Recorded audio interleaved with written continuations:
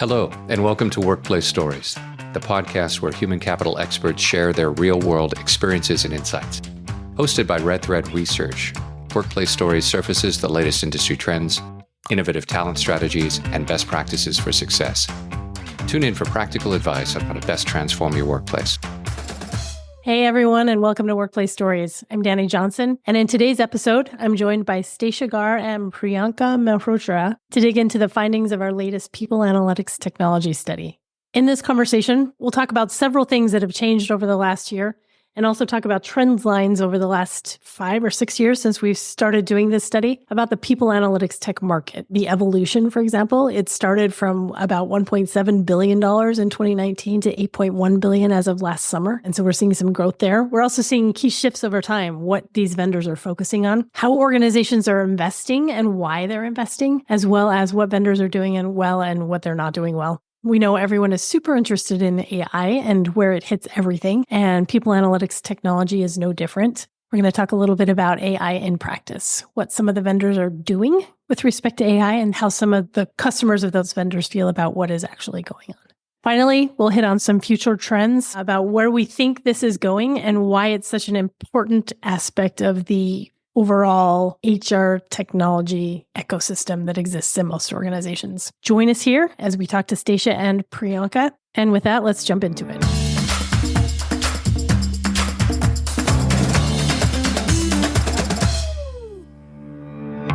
Welcome to Workplace Stories. Today is a special Workplace Stories podcast because we have our very own Stacia Garr and Priyanka Mehrotra with us. We're going to be talking about a people analytics technology study. If you don't know, data is really important and is becoming more important. So we're going to talk a little bit today about the data that affects the people practices in organizations and what's available and all that good stuff. I want to give, even though Stacia, you do this podcast with me, we've recorded 100 of them, I was noticing. I'd like just a brief introduction of you, and then we'll jump to Priyanka to do the same. This feels very odd, but I'll do it anyway. So I'm Stacia Garr, co-founder of Red Thread Research with Dani, and I lead our research on people analytics, talent management, including performance management and DEIB. And I think it's an interesting combination because all of those things actually impact each other, but they, within HR organizations, don't tend to be tightly integrated. And so it gives me a chance to kind of see some different perspectives and bring them together, a la Red Thread, as we call it. Before we started Red Thread, I was with Burson by Deloitte. I was there for 8 years, so 3 years before Burson was acquired, and then 5 years with Deloitte. And then before that was with CEB, now Gartner, doing research on people practices. I also spent some time doing some instructional design work. I got into all of it over there, which was a good experience. And randomly, actually only recently started putting this in. I don't know why, but I actually worked for the Forest Service in HR for a very short period of time. I did not know that. How is that possible? I don't know. I did not know that. That's fascinating. Priyanka, how about you? I will just start off by saying I do not think this is odd that you're introducing yourself, Stacia. I feel like we're in a very nice fireside chat situation where we are getting to know each other all over again. So I'm Priyanka Mehrotra. I'm a senior analyst at Red Thread. I have been with Red Thread for over 6.5 years, and I primarily work with Stacia on our people analytics work, which we've been doing since 2019, and also performance management and employee engagement experience and all that good stuff. I was also at Burson by Deloitte prior to joining Red Thread for a little over 2 years in the research space. And before that, I was also a researcher, but it was a totally different life in nonprofits and think tanks. So drastic shift, but one that I've enjoyed immensely over the years. Priyanka was actually our first employee. Yes, I actually feel very proud saying that to people. We feel proud too, because we were like, oh my gosh, we can hire someone. We can pay our rent and hire another person. This is amazing. Okay, today we want to divide the conversation into 2 big chunks. The first one is how the people analytics technology space has evolved over time. Stacia, you've been following this market since we started. I think I was like, why are you doing this? And you're like, it's going to be big, I swear. And so we did it. And we put out a report every year and it's been fascinating. So we want to talk a little bit about that. And then the second one is AI. How is AI playing a role in this? And what kinds of changes are we going to see with respect to that? Does that sound good for everyone? Perfect. Almost like I designed the questions myself for it. Like you did. I'm just really proud that I was able to get it out as it was written. It's awesome. Okay. So first question, and when we say PAT or PAT, we're talking about the people analytics market, people analytics technology market. So the question is, how has the PAT market changed since we started the study? So the first time we ran the survey, as Priyanka alluded to, was in 2019, which was just a year after we had started. The language we used to describe the people analytics tech market at that time was that it was like a teenager, that it was young, it was growing quickly, it was ungainly. And part of the reason that we wanted to do this study was that there really wasn't much clarity on what these different vendors did in the space, aside from the fact that they all seem to handle people data in some sort of way, and they probably should be used together. But there wasn't much insight beyond that when we first came into the market. When we did that first study, I don't even know, Priyanka, you'll have to remind me, but I don't remember if at the time we estimated the market that first year. We did not. We did not, yeah. It was very small. And so the way that we've done our market estimations is every year we ask vendors for their revenue amounts, and then we see how many vendors, actually first we see how many vendors are in the space. We ask those that we know how much revenue they bring in, and then we make some estimates beyond that. But we also ask them for the previous 2 years revenue. So we were able to go back a bit. So when we began the study in 2019, the revenue or the size of the market was about 1.7 billion. Today, or at least when we did this survey last, which is not today, which was, like I said, last summer, that number was at 8.1 billion. So from 1.7 billion all the way up to 8.1 billion. And when we do that again, which we're literally just closing the survey, we will see, I think, that it has grown again, simply because the hunger for the space, for the data, as you mentioned now with AI, and the need to have all of our data accessible, connected, integrated, all that good stuff, has really heightened the need and the interest in the space. So we expect to see it be even bigger this year. Quick question for you with respect to the numbers. So it started at 1 billion, it's now 8 billion. How much has it grown in the last year number for me? Yeah, so the year-over-year growth so the way we've calculated, because it's been so volatile, has been, we've done both a 3-year compound annual growth rate, or CAGR, as well as a year-over-year growth rate.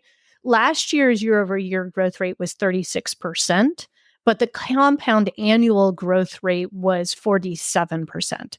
So what that points to is that the growth rate actually had been really strong in the years immediately post-pandemic, and then last year it actually slowed down a fair amount. So it will be really interesting this coming year as we get the data with 2024 having just closed to see if it had any sort of rebound or if it continued to go down, because it's basically gone down in the growth rate perspective since 2021. So it's still growing, but the growth rate isn't as steep. Yeah, got it. Exactly.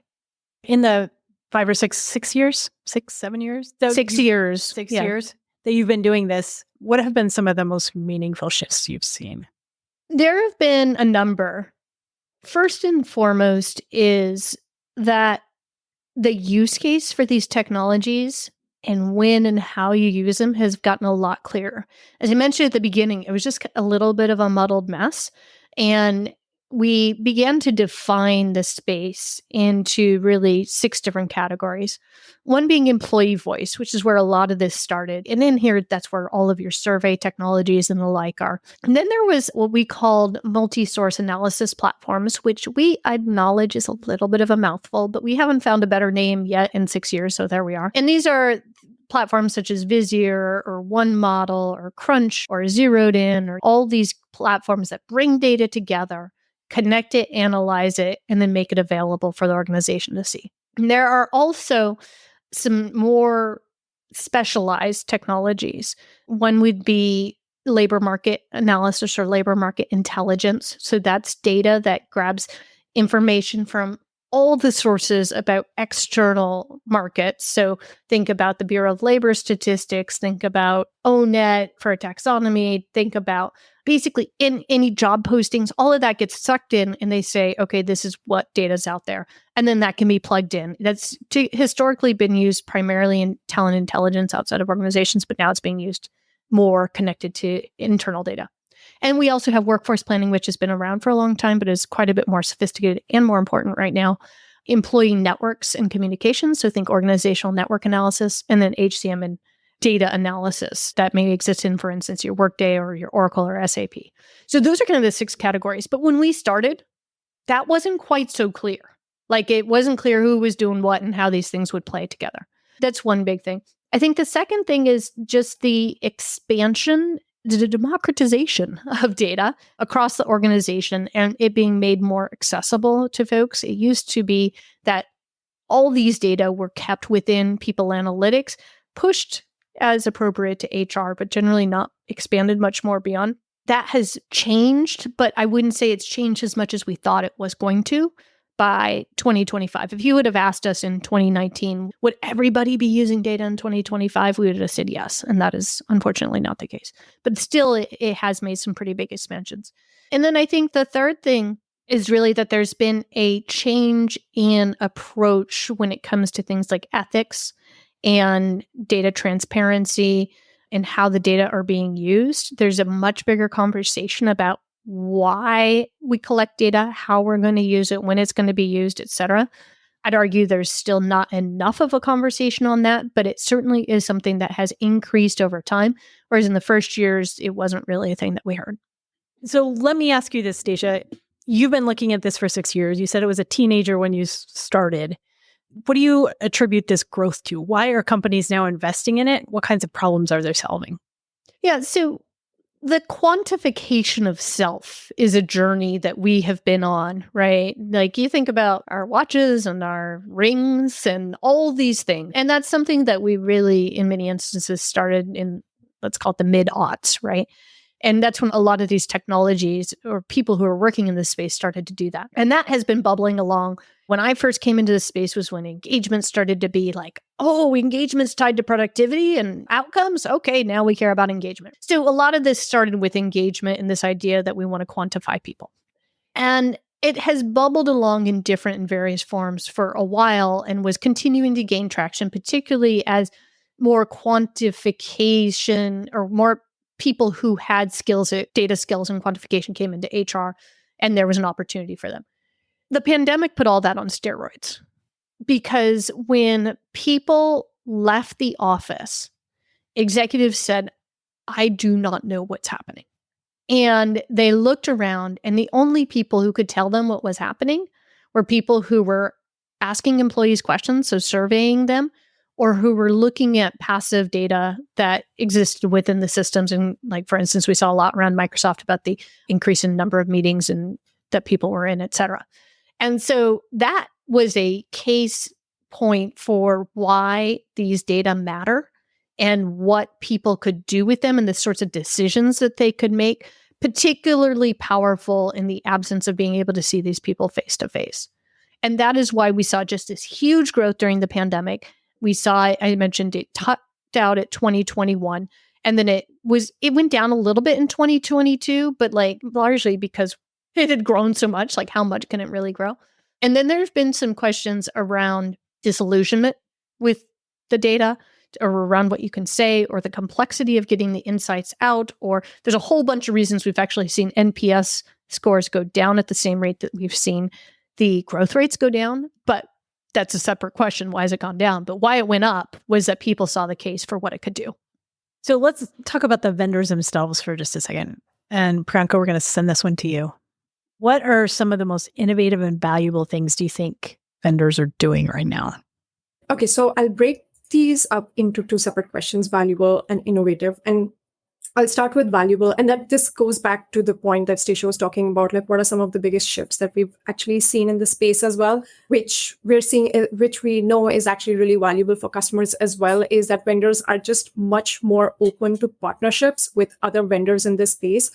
If people were to go and check out a report from 2019, one of the things that we had said that we are expecting and would like vendors to focus more on in the future is building those partnerships, because we just did not see how these vendors could work alone over long term. And so we've seen a massive shift in that vendors are partnering more within their own categories as well as across categories. They're building better integrations than what we saw a few years, just because they know customers are coming to them and asking that they need that data connected. They need the data to speak to each other.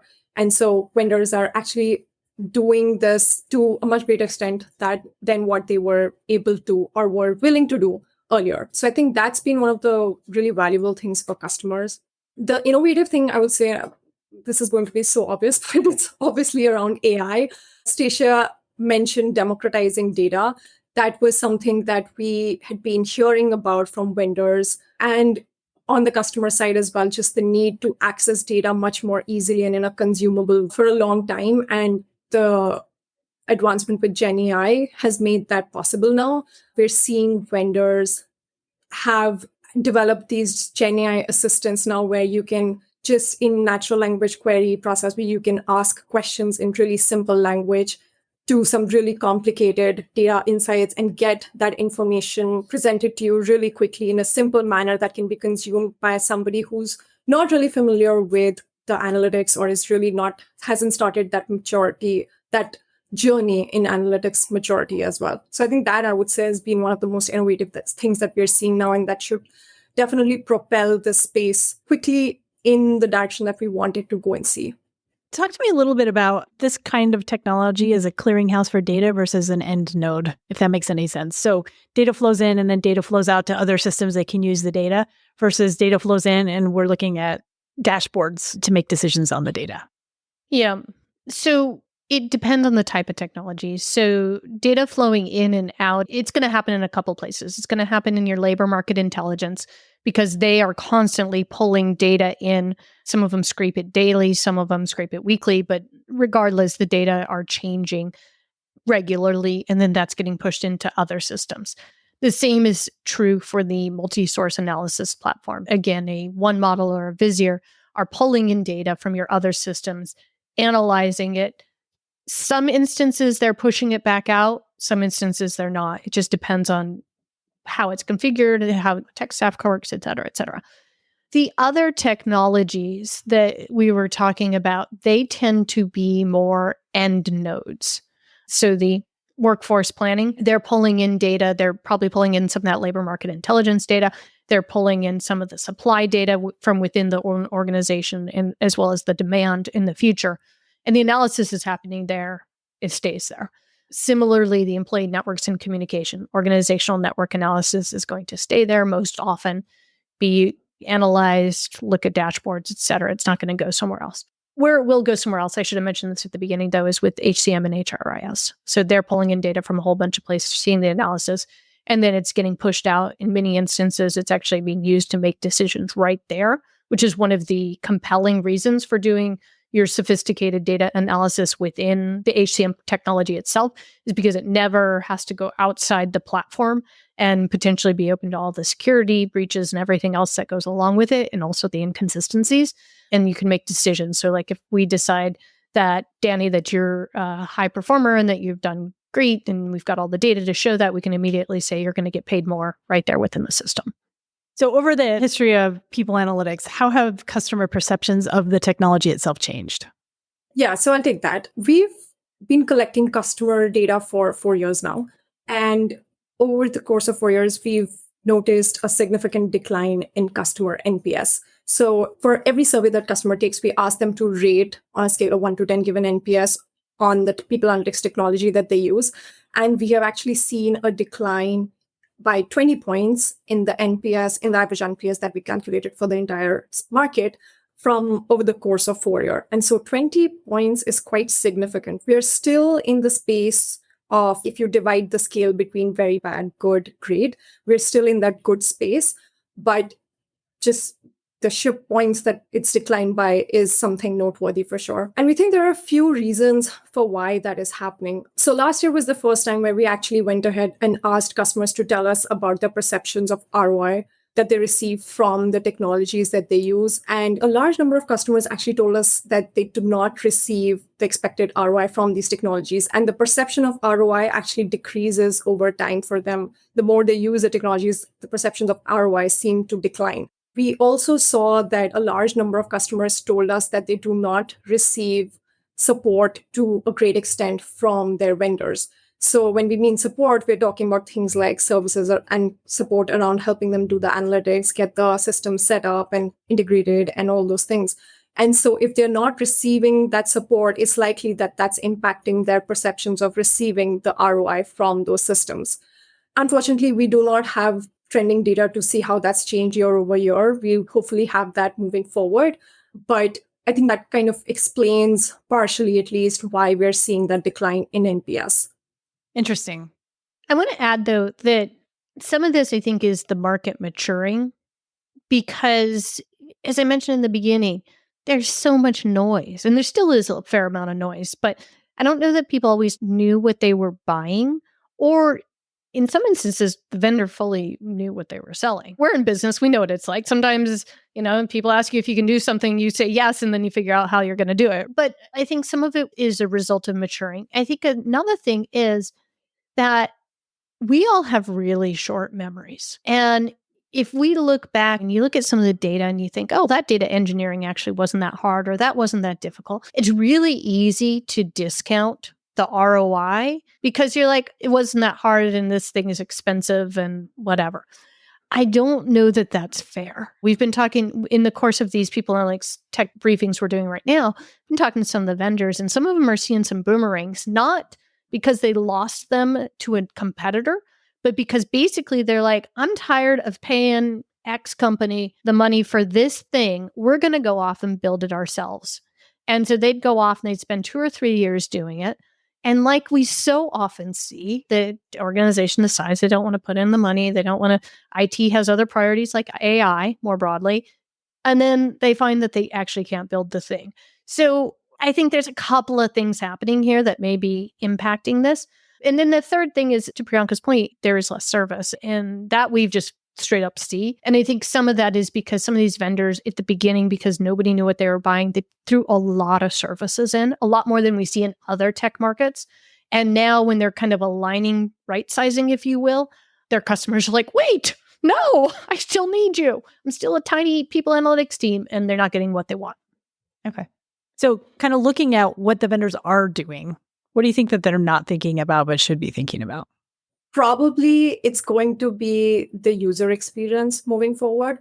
So we're seeing, like I said, we're seeing a lot of vendors just rush head on into building these AI assistants and these user interfaces where people can go in and type their questions and get the insights and data and the charts and visualizations that they want from these platforms. But if every vendor is going to be creating these AI chatbots, then there are just so many AI chatbots for people to be using within an organization. And that's really not good for experience. So I think one of the things that vendors probably need to be a little bit more careful about and thoughtful about is what is that space where users can go and get all the information that they need? Is it really that useful for them, or is it really that pertinent for them to use their AI assistant? I know everybody wants users to be on their platform, but in the end, if you're thinking about really the value that you're going to be providing to the customer, you have to think from the perspective of how this experience is impacting them. So I think that's something that there are some forward-thinking vendors that are starting to think in that direction, but majority are still in that space of rushing to create that thing that everybody else seems to be providing at this point. So I think this is really interesting because Stacia and I see this a lot. We've had a couple of conversations about and what UI is actually going to mean in the future. Is it going to mean a chatbot? Is it going to be like a pretty screen, which it's meant for a really long time? Or do we need to fundamentally think differently about the way people interact with machines in general? So I think it'll be interesting. Do you need to go to a platform to see a graph? Do you even need to see the graph? Is there a different way to maybe experience the data that we haven't thought through yet? I would love your thoughts on that, Stacia. Thoughts? I think there is a short-term and then a long-term thing that's going to happen here. In the short term, let's call it a year or a year and a half. I think what we will have is, to Priyanka's point, everyone's building their AI bot, agent, whatever, depends on their spectrum of sophistication there, obviously. And then I think that what will happen is we will have an agent that asks the agents for the thing, the relevant agent for whatever technology goes off, does the thing, gives it to the other agent, and then that one agent, that one pane of glass brings it back to you. which agent that is, whether that's Workday, which I wrote about a few weeks ago, whether that is Copilot, which we've seen some demos of. Copilot is the thing that you then use to go to get the data. I don't know, but that's probably the short-ish term. The long term, I think, could be very different. Priyanka and I actually were talking to someone who said that they think that the future will be a single internal data mesh where all your systems bring all the data into that. The data mesh connects it. You actually ask the data mesh the question, and then you get an answer as a user. So what you're interacting with is the data mesh. And then the relevant data gets pushed back out into, let's say, the learning or the organizational network analysis or whatever, all these different systems. And those systems effectively become just systems of record, whereas all the questions and things that you want to query is in the data mesh. I think that's an interesting idea. It could happen. Yeah, we've talked a little bit about that too. Like, do you actually need a platform anymore, or do you just need a really good data mesh? Do I need to go somewhere for all of these different things, learning, performance, et cetera? Or can we actually build it ourselves? I also think it's interesting that, as we dip into skills and AI just a little bit more, many organizations are starting with a stronger people analytics function. They're basically saying, we're not going after technology that can do this. We're building our own lake. And our job is to make sure that everybody has the data that they need. And so it seems like in many instances, they'll be set up maybe even a little bit better to do that because their mindset is already there and their data streams are already there. I hope so. But right now, there are some organizations, as there always are, that are forward thinking, that are doing the thing that you just described. There's also a massive middle where basically what's happening is the HR leader is coming to the people analytics leader and saying, I'm being told we need AI. You're the data person in HR. You figure it out here. And they hand over the problem. And the people analytics leader is going, can I have some resources and some support for that? Which is, for people analytics leaders, that's in many ways a great thing, right? Because there is support for getting your data house in order, getting your operations, getting your kind of how data decisions are made in data governance, all finally in order as these dreams we've had for years. Now there's a real case for it. The question is there also real money for it, as opposed to just slap some solution on it and hope it works? Well, let's slow down just a little bit and get to know you guys a little bit better. I've been waiting for this forever because now I got to ask Stacia these questions that we ask people every week. So I'm going to ask you both. Actually, let's do Stacia, Priyanka, Stacia. All right. First question, Stacia, what song have you completely memorized? Just because I have the same thing, it's songs, and that there are many. I will tell you, there are two groups of songs that I have memorized. One is pretty much any sort of late 80s to, let's say, early aughts Disney movies, musicals. I got them all. Awesome. And then relatedly, basically any 80s to 90s country music that you can find. I'm kind of an encyclopedia. I pretty much know it all. My husband is like, what is wrong with you? How do you know the song? I'm like, I don't know. Actually, I do know, but I don't know. They're just in there. There's the answer. Mine would be Let It Go, because I have a 4-year-old. Know it in English and Spanish. It's awesome. Okay, question for Priyanka. If your pet could talk, what would they say? My dog would definitely tell me to give him space. Like, the amount I cuddle him, like just invade his space all the time when he's sleeping, just forcing him to cuddle with me. I'm so obsessed with him. So I'm sure like he definitely tell me, lady, just give me some space. Enough. That's awesome. Stacia, would you rather speak 10 languages or play 10 instruments? 10 instruments. No question. I play the piano. I sing badly. I love it. I still sing badly. But if I could just get up and just have it all flow out, like, that would be beautiful. Yeah, I would choose that too, just because like you can keep yourself entertained if you're alone. Like you can just play music by yourself and entertain yourself. Such a researcher answer. I can be alone by myself doing something fun. I don't like data. Okay, let's jump into the second half of our discussion. This is about AI. People analytics technology has been using AI for a while. Like, it's not new. We all act like it just happened in a couple of years ago, but really it's been around for a while. But Gen AI developments are new, and they've also changed the game. Priyanka, you mentioned some of the things that we're seeing there. But I'd like to ask, to get maybe a few more or a better understanding, how are the developments of AI impacting the PAT market? There are a few things. To your point, we have been using AI and HR technology for a while. And people analytics technology is even farther forward than many of these other spaces, largely because they've been having to deal with connecting data and learning from the data to share the patterns that they see, et cetera. So they're farther ahead in maturity. Gen AI is something that has changed the game in many ways because it enables a lot of the insights that are available within people analytics technology to be unlocked without having to go through all the filters and all the things that you need to get to the thing you want to learn. So it's powerful in that context. There are other contexts that it's powerful in too, but that's, I would say, the biggest impact, at least from a usability perspective, that we've seen. However, our customers, their customers, people analytics customers, are not necessarily seeing that. So in this survey that we did, we asked the vendors, we said, does your solution include Gen AI or machine learning? And 90% of them said it did, not surprising. We then asked the customers of those same vendors if their vendor had Gen AI or machine learning in it. And only 40% of them said that they did. So 90% of vendors said they have it. Only 40% of their customers said that they haven't. And so that sort of says, okay, what the heck is happening here?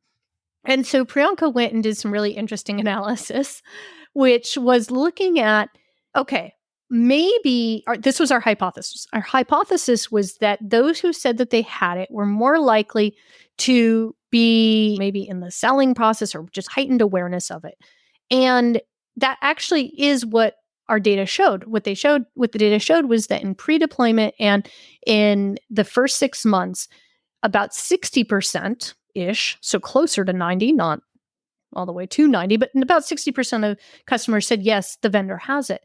But then in the 6 to 12 month period, it drops off. It goes down to 31%. So again, 31% compared to 90%. So one in three. And we're like, what is happening? Is this really just like they're getting oversold or what? And we went to some of our members and we asked them, we said, what do you make of this? And they're like, well, it's obvious. You get told that it has it, you get under the hood and it doesn't have it. We're like, okay, I guess that one should have jumped right out at us, but it didn't. But it wasn't really awareness. It was that they said it actually does and doesn't do the things that they thought it would. And that's where the disconnect is. So did you ask specifically about Gen AI or AI more broadly? So in a lot of it, we asked the questions separately. For this 90 versus 40%, we combined them just because it was a little bit cleaner. Priyanka, you may remember where it actually broke out. Because it's horrifying to me. Just because it seems like people analytics is one bit of technology that absolutely relies on AI, machine learning, all that stuff.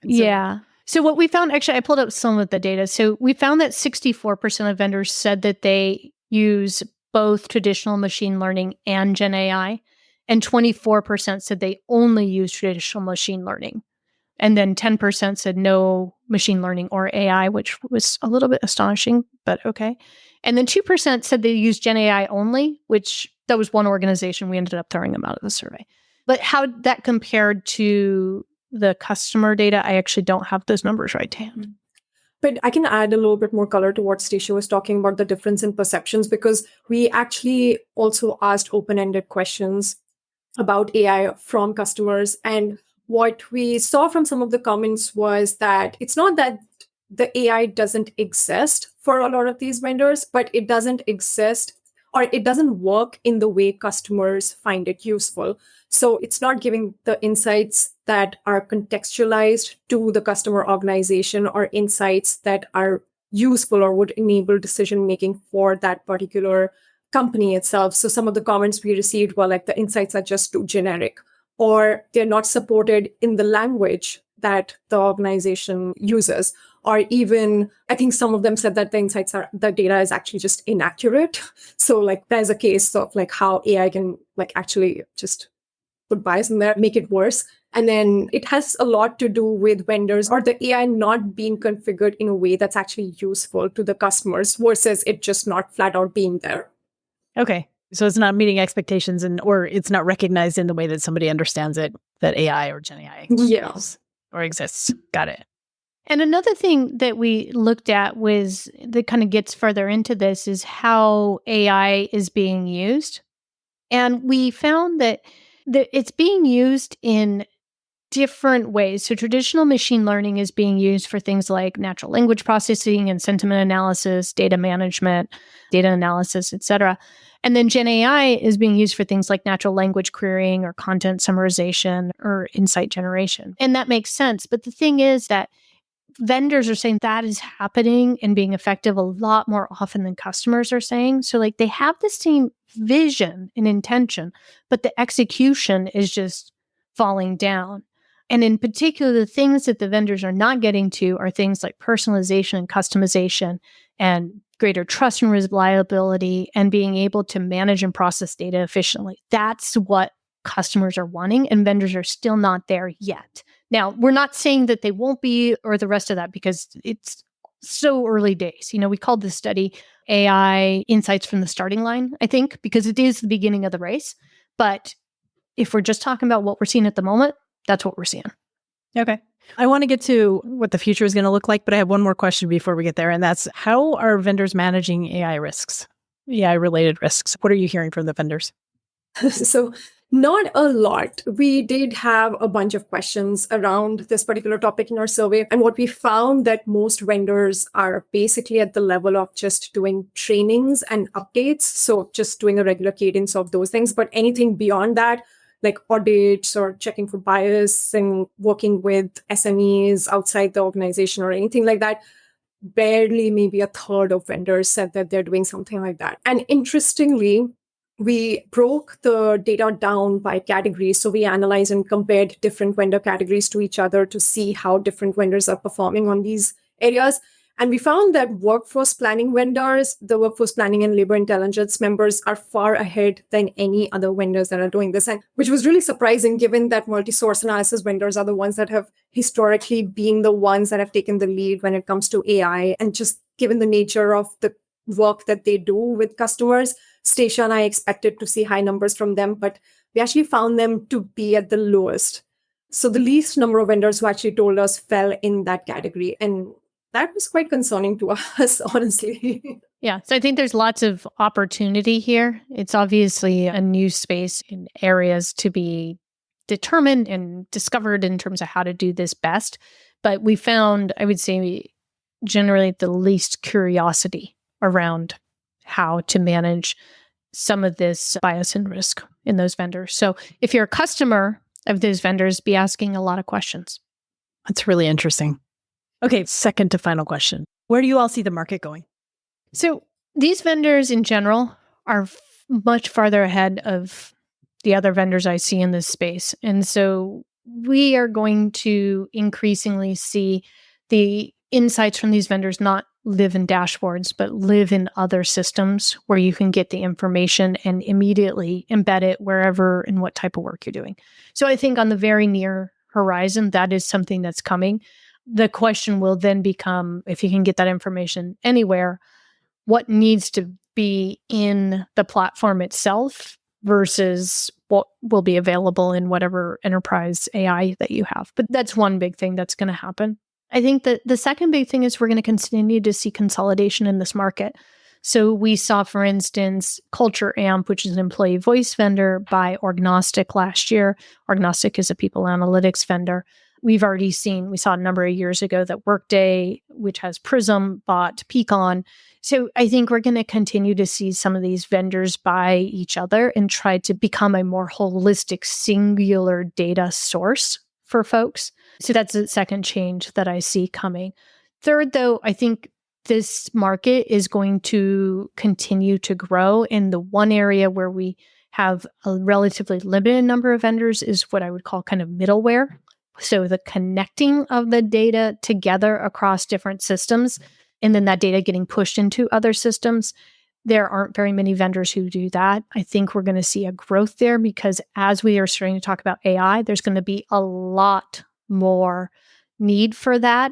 And right now we see it with skills. I think we're going to see it with a lot of other types of data. So just clarify for me, what is this middleware going to do that multi-source analysis vendors don't already do?